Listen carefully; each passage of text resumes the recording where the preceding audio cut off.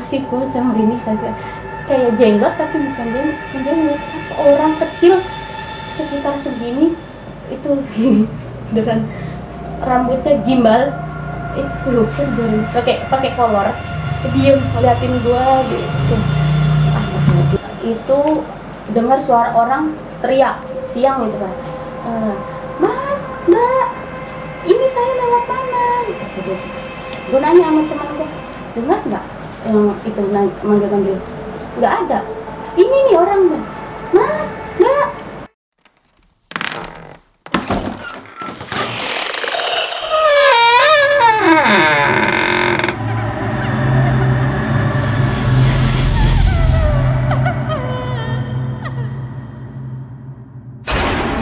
Assalamualaikum warahmatullahi wabarakatuh. Balik lagi dengan gua Gilang di ngobrol.co. Terima kasih buat teman-teman yang sudah ngasih kritikan, komentar, tentunya buat membangun channel ini agar lebih baik lagi. Semoga teman-teman di rumah tetap dalam kondisi sehat, dijauhi dari segala macam penyakit, dan tentunya diberi rezeki yang melimpah dari Allah Subhanahu wa taala. Hari ini gua kedatangan narasumber temen gua, sahabat gua, Frilian atau biasa dipanggil Doma. Apa kabar, Dom? Alhamdulillah baik ya. Doma ini akan menceritakan kejadian atau pendakian dia ketika mendaki Gunung Arjuna tahun 2016. Paling untuk awal gimana sih kisi-kisinya, Dom? Kisi-kisinya itu berawal dari gua berdelapan mendaki Gunung Arjuna tahun 2016 sampai pada akhirnya gua nyasar di Lembah Kijang dan berakhir ketemu si manusia kerdil di pos 1 Kop-Kopan. Dia ikut gua terus cuman gara-gara satu kesalahan gua buang air sembarangan, dan itu dia menuntut minta maaf dari gua sampai gua benar-benar tulus, benar-benar mengakui kesalahan gua gitu sih lah. Paling gitu teman-teman, kisi-kisi dari cerita yang akan disampaikan oleh Doma. Jangan lupa buat teman-teman untuk like, comment, subscribe agar channel ini dapat menjadi lebih baik lagi. Untuk mempersingkat waktu, langsung aja kita dengerin cerita dari Doma.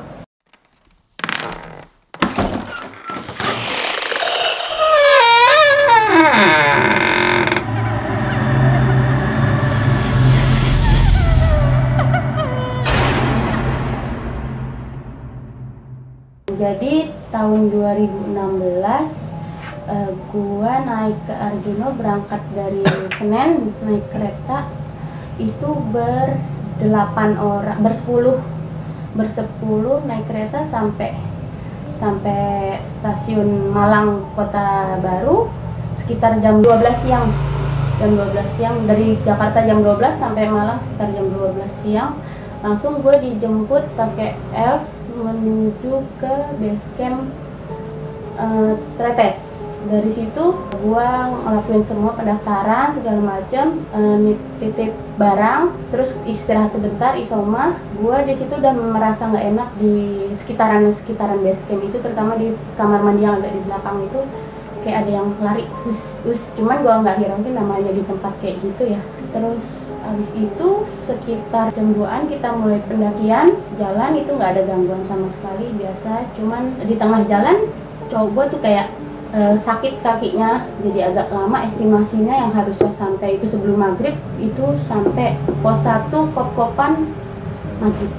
Terus semua prepare pilih tenda, masak segala macam. Gua dapat jatah ngambil air di situ. Tetap kayak mulai ada yang iseng nyambitin kerikil atau apa nggak tahu, pokoknya tuk gitu. Cuman ya udah gue misi ya, maaf gue balik lagi ke tenda, udah nggak ada apa-apa.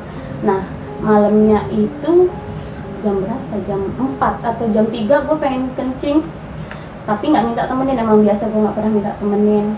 Gue kencing di belakang tenda. Nah belakang tenda itu pas menjerojok agak-agak turunan semak-semak. Gue kencing nggak permisi nggak apa, tiba-tiba langsung kayak semak-semak tuh di orak-orak. Gue diem aja, salahnya gue nggak bilang maaf atau apa, main nyelonong masuk ke tenda aja. Nah mulai kesalahan gue itu sampai seterusnya perjalanan gue ada yang ganjil. Gue lanjutin lagi besoknya, jalan ke pos 2 Pondokan jam 9, jam 10-an, jam 10 gue jalan lanjut sampai pondokan sekitar jam 2, jam 3. Situ sama gue ngecamp di situ, ambil air. Nah di mata air pos 2 pondokan itu kan mata airnya agak turun tangga ke bawah, dan itu tempatnya agak serem, tertutup, gelap banget lah walaupun itu masih sore.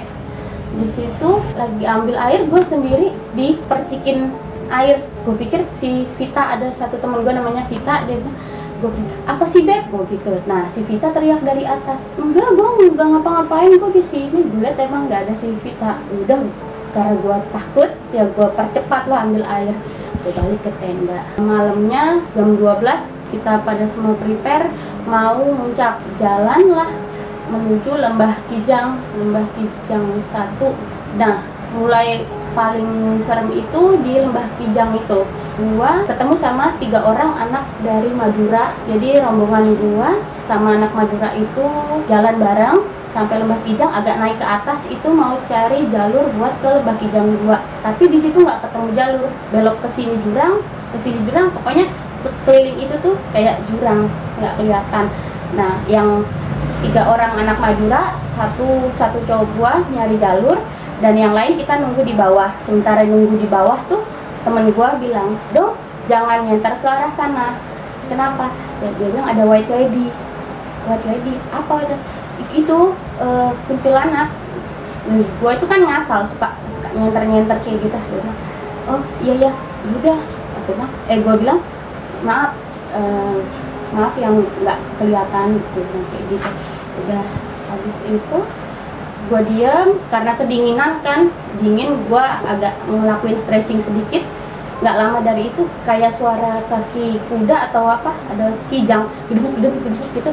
Gue agak lihat sedikit, terus mata nyala, entah binatang, kayak gue lihat mata nyala. Di situ gue bilang sama satu temen gue di belakang namanya Bang Busun, "Bang, lihat nggak apa itu yang tadi lari?" "Iya Dek, mungkin itu kijang." Tapi udah jangan dibahas, tungguin aja yang di atas.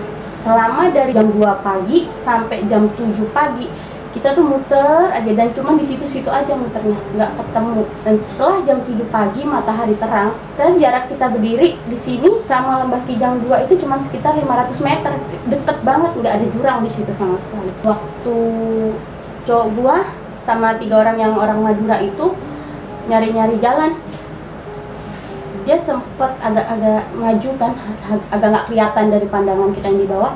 Dia baliknya bingung, ini kayak ada apa, lubang, tapi takut dia mau lompat nanti dalam, tapi enggak. Akhirnya muter dia di sini, nembusnya di sana, di arah yang gue bilang kijang lari, muter jauh. Terus dia bilang, "Ini turun ke situ gimana caranya?" Padahal kelihatan dari mata lah. Emang itu nggak ada jalan? Nggak ada. Baru yang selihat gua, ya udah cuma jalan kayak gitu doang, cuma turunan gitu. Dan semua yang di bawah itu lihat kalau itu cuma turunan. Cuman cowok gua sama 3 orang itu bingung cara baliknya gimana. Akhirnya selama kita muterin Lembah Kijang semalaman itu, karena nggak bawa penanda, jadi setiap ranting diikat tisu sampai jam 7 pagi itu. Dan terakhir kita masih berdiri di tempat yang sama semalam. Setelah jam 7 ketemu jalan ke Lembah Kijang 2, kita mau lanjut ke puncak. Jam 7 nyampe Watu Gede jam 8. Di situ karena kan ceweknya 3 orang ya, yang 2 baru yang 1 baru pertama naik gunung, yang 1 belum ada basic naik gunung, agak jauh. Jadi ya udahlah, kita balik aja daripada maksain, udah kesiangan sampai jam 8. Akhirnya jam 9 kita mutusin balik, nggak jadi puncak. Balik, setelah balik itu Watu Gede naik ke atas sedikit, balik sampai Lembah Kijang 2 itu gue nemu keganjilan lagi. Gue jalan, kelihatannya jalanan itu rata semua, ya gue jalan biasa, mentah-mentah langsung blok, kaki gue bunyi kretek gitu. Itu langsung gue nggak bisa jalan. Biasanya gue jalan di tengah, itu gue agak minggir, gue jalan paling belakang. cowok gua taunya gua berbaur nyampur, akhirnya dia jalan duluan, gua di belakang gua jatuh nggak ada yang tahu, akhirnya gua teriak nggak ada yang dengar, sampai lama baru satu temen gua balik lagi nolongin gua. Di situ selama perjalanan balik ke pondokan itu dengar suara orang teriak siang gitu Pak, Mas, Mbak, ini saya lewat mana? Gue nanya sama teman gue, dengar nggak yang itu manggil-manggil? Nggak ada. Ini nih orang Mbak, Mas, Mbak, misi. Terus itu tuh dengerin, nggak ada orang. Ada yang orang nanya lewat mana? Gue bilang kayak gitu. Terus dia bilang, halu lu ya, ngaco lu ya? Enggak. Ya gue nggak dengar. Gue tanya lah cowok gue, dengar nggak ada. Oh ya udah deh, gue lanjut aja. Gue lanjut ketemu sama pendaki-pendaki lain. Gue biasa, gue balik lagi ke pondokan, ngambil air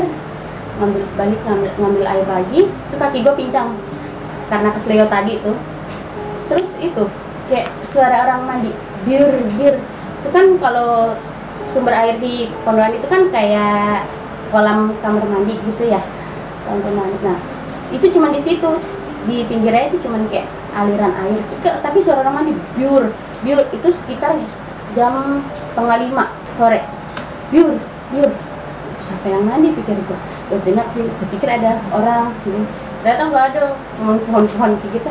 Itulah gue naik lagi, gue takut. Udah besoknya gue balik, makin memperparah suasananya makin mencekam lah, karena sebelumnya gue nggak pernah ngalamin kayak gini selama gue naik gunung. Cowok gue itu sakit pinggangnya makin parah, akhirnya kita putusin tukeran keril cowok gue bawa, keril gue dibawa si Vita temen gue ini.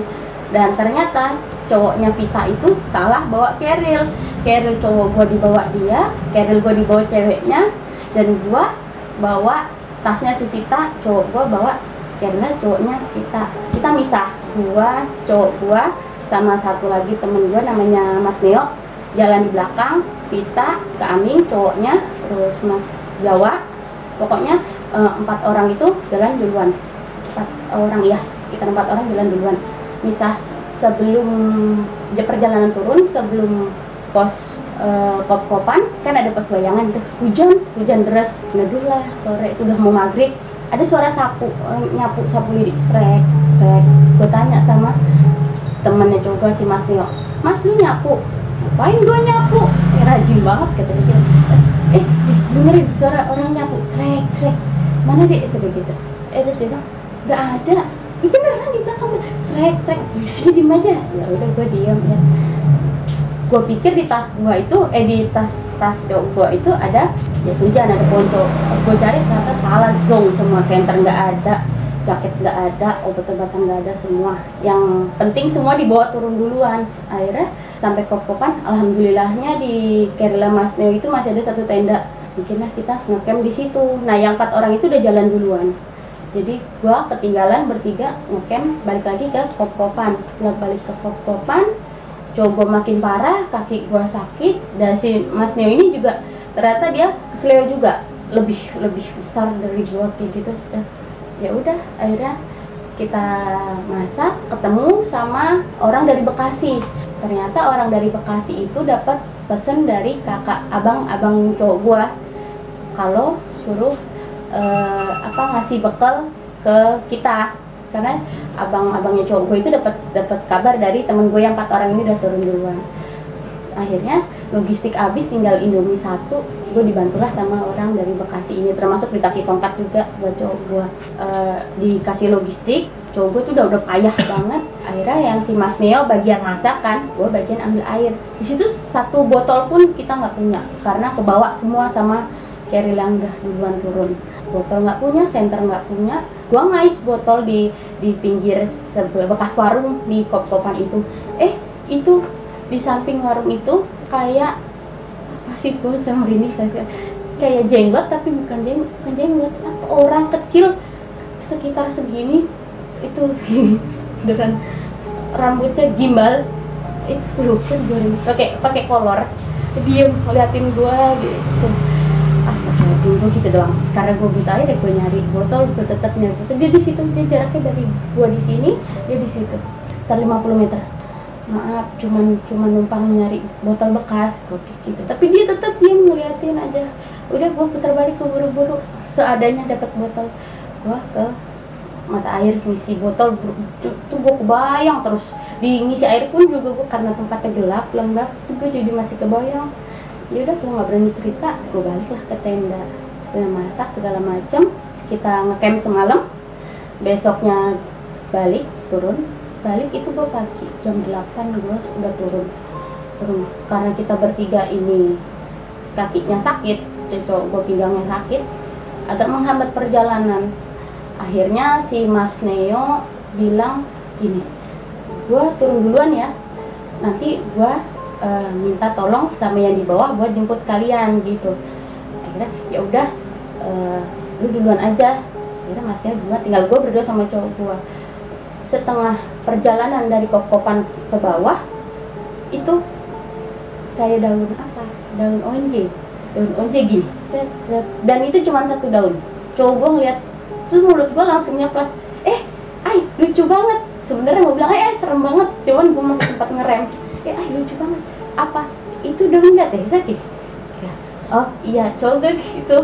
Jadi gue juga karena gue kebayang si orang kerdil tadi tuh, gue takut. Itu masih siang, jam 11 ya, jam 11-an kayak gitu.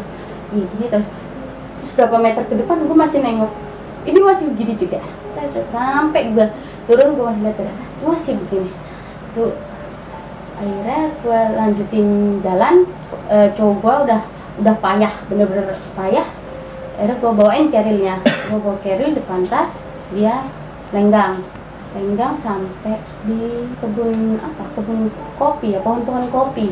Kayak ada yang lewat sekelebat di kaki, kayak mau nyerimpat.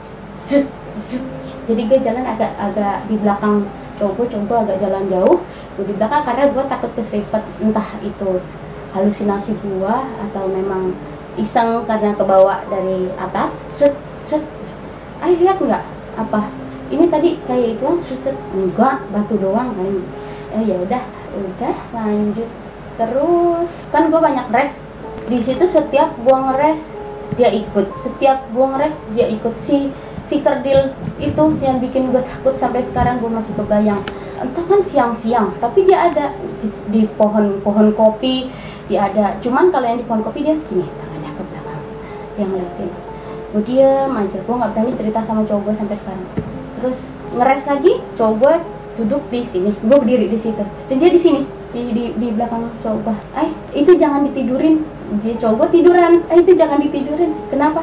Nggak apa-apa, ngerubah aja, takutnya nggak berkenan kan dia disendirin. Jadi oh ya udah terus sampai maghrib itu gue belum sampai bawah, padahal dari atas kan jam 8. Karena kakinya sakit kesleo, maghrib gue masih di jalur berdua, berharap yang di bawah ini nyusulin, tapi kok nggak nyusulin. Ada ketemu orang naik gunung tapi tektok ya itu. Terus dia bilang, Mas ada yang nyari ini bawah. Siapa? Itu kakaknya. Oh iya, masih jauh nggak Mas? Enggak, dekat. Dia bilang dekat, tapi itu sekitar 2 jaman nggak ketemu, cuman teriak, nggak ada suaranya. Ketemu lagi, Mas dicariin sama yang di bawah. Dekat nggak? Enggak, ini nih cuman di sini tuh Mas, tapi nggak ketemu juga. Entah gua diputerin atau gimana, tapi memang nggak ketemu nyatanya. Itu gue terus aja, gue berdoa di belakang, sholawatan. Cowok gue jalan aja sendiri, gue tetap jalan di belakang, sholawatan terus aja. Itu tuh kayak apa, ilalang tuh gini, goyang. Padahal kan jalurnya lega itu dia, tapi begini, itu cuma di belakang, di depan enggak. Karena memang mungkin salahnya di gua, jadi ya gue gituin terus. Udah, kalau udah kayak gitu gue merem dia udah. Terus sholawatan makin gue kencengin sampai jam 7. Gue ketemu sama temen gue yang udah turun duluan. Cowok gue dipapah sama abangnya. Gue tetap jalan sendiri, tapi ditemenin temen-temen gue yang jemput. Temenin sampai base camp.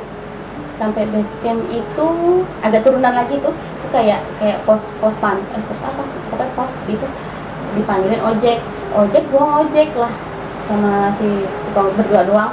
Itu pun si kerdil ini selajunya motor dia ikut cepet banget, tek tek tek tek tek gitu. Udah gue akhirnya meluk tukang ojek. Kenapa dek? Nggak apa-apa pak. Iya itu di samping ya, saya bilang gitu. Jenengan lagi halangan, kata si tukang ojek. Enggak pak, kok dia ikut, biasanya dia ikut kalau yang halangan. Oh gitu, tapi aku nggak halangan pak. Apa jenengan bikin salah gitu. Aku bilang aku cuman kencing tapi lupa permisi. Oh gitu, ya udah nanti kalau udah nyampe bawah bilang maaf. Sekarang itu aja, tutup mata. Itu udah masuk perkampungan kan, udah setelah itu jalurnya udah cor-coran, udah halus. Gue udah lewat pohon-pohon itu, sudah ada rumah. Gue coba lah melek, masih ada juga, tapi nggak ikutin, nggak terkena. Satu di depan motor, agak gimana ya, kayak orang kita menuju set gitu. Itu udah ada lagi. Dek, jenengan merem aja, jangan dibuka, nanti kalau udah sampai penginapan baru buka, kata dia. Kok dia di situ terus pak? Nggih, ini masih nunggu maafin jenengan, sepuronin jenengan gitu kan, masih nungguin maaf, gue minta maaf gitu. Apa aku bilang maaf sekarang aja, nanti sampai penginapan biar lebih lebih serius ya, lebih fokus gitu deh gitu. Oh ya udah, tapi nggak ikut aku kemana kan, enggak, pokoknya dia yang penting dengan udah minta maaf udah selesai gitu. Ya udah, sampai di mana, di villa, gua bersih terus gua minta maaf, tapi dia tetap ada di villanya, villa agak terpencil. Agak terpencil itu cuman satu kamar ngelos, terus ke kamar mandi dia di kloset. Gua mau sikat gigi, entah gue mau sikat gigi atau mau apa, gue buka, set, gue banting lagi pintunya, jebret. Kata coba, kenapa? Nggak apa-apa, gue gitu doang, karena gue takut. Gue diem aja, itu seharian gue nggak mandi. Sorenya ya gue nggak mandi, besoknya gue nggak mandi. Enggak, karena gue takut, gue kebayang dia di situ terus. Akhirnya gue check out, cabut, masih ada di depan villa itu, pintu villa di sini tuh, entah rumahnya yang punya villa atau bangunan kosong tuh, itu dia di situ di balkon, dengan ini tangannya tetap begini. Sekarang hitam kecil, rambutnya kayak ala anak dieng kayak gitu, tapi kecil, alisnya ini ke atas itu pokoknya gitu. Terus ya udah, akhirnya gue bilang ayo pindah homestay. Ya udah, sini juga nggak enak, kata temen gue. Akhirnya kita pindah homestay langsung ke kita menuju ke Batu. Jadi kita kan mau main dulu ke Batu. Terus dia ternyata masih ikut ke arah, waktu itu gue mau jalan ke Bromo, dia masih mau ikut ke arah Bromo, tapi sebelum Bromo dia masih ada, dia ikut.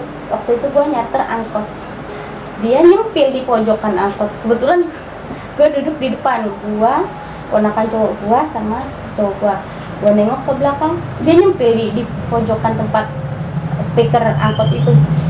Udah, gue diem dari situ.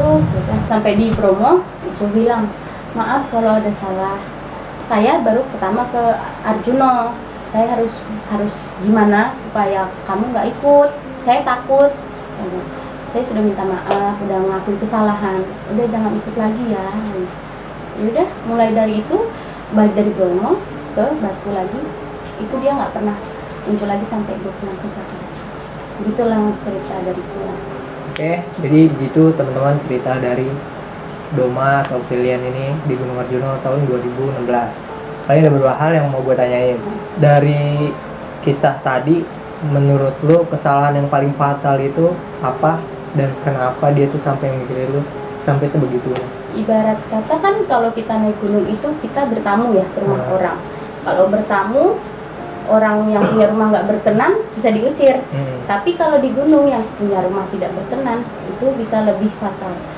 Jadi intinya dimanapun kita berada, jangan lupa sopan santunnya, permisi paling utama.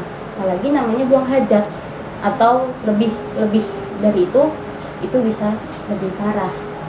Jadi ya intinya tetap jaga sopan santun, jaga etika, jaga omongan selama itu bukan tempat tinggal kita atau bukan di lingkungan kita. Jadi kesalahan lu cuman nggak permisi ketika nggak permisi. buang air itu ya.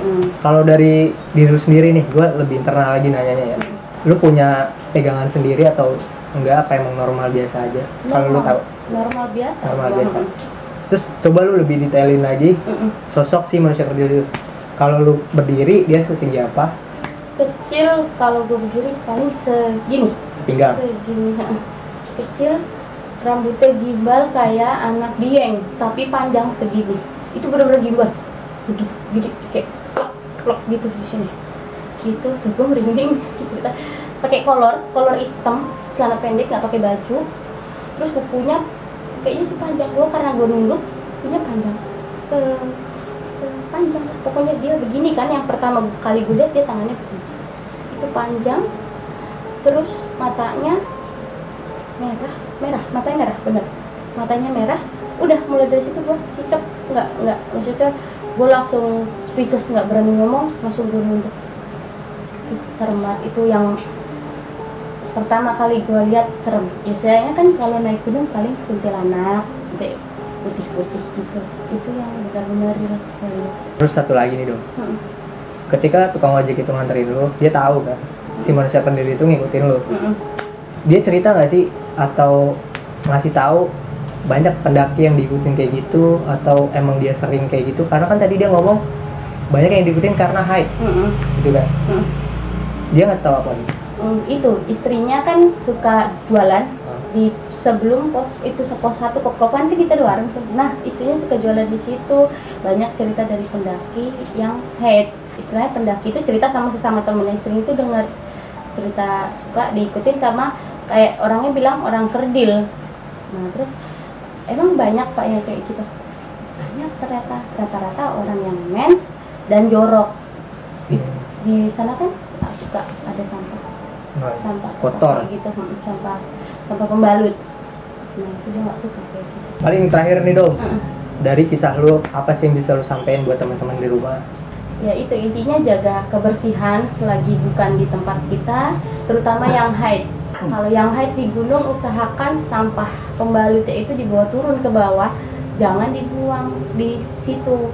Sama halnya kan kayak kalian kalau dibuang di rumahnya kan sampah nggak suka, sama seperti mereka. Dan itu berdampak bukan buat kalian aja, tapi buat teman satu rombongan kalian. Paling gitu teman-teman cerita dari Doma, dan paling pesannya cuma satu sih dari gua. Kekompakan itu perlu. Kayak cerita dari Doma, dia itu menurut gue ya Dom ya, agak kurang lah. Misalkan kayak ketika teman lagi sakit dan harus duluan, itu menurut gue bukan sesuatu jalan, bukan suatu solusi. Tapi gimana caranya ketika ada yang cedera atau apa, kita tetap tanganin bareng-bareng sih, menurut gue kayak gitu. Karena kan kita nggak tahu kondisi atau kemampuan seseorang buat menangani si orang itu. Dari yang lain sih emang jujur gue serem banget nih, gue anjing merinding. Gue merinding banget sumpah kalau denger cerita orang kerdil itu. Paling gitu sih cerita dari Doma, ambil baiknya, buang buruknya. Semoga apa yang disampaikan sama Doma bisa jadi pelajaran buat kita semua. Makasih Dom buat ceritanya. Semoga lu sehat terus. Terima kasih teman-teman sudah melihat video ini. Jangan lupa like, comment, subscribe, dan jangan lupa share ke teman-teman kalian. Dan jika ada kritik komentar silahkan kalian tulis di bawah. Semoga kedepannya channel ngobrol.com akan semakin baik lagi. Terima kasih. Assalamualaikum warahmatullahi wabarakatuh. Tetap di ngobrol.com.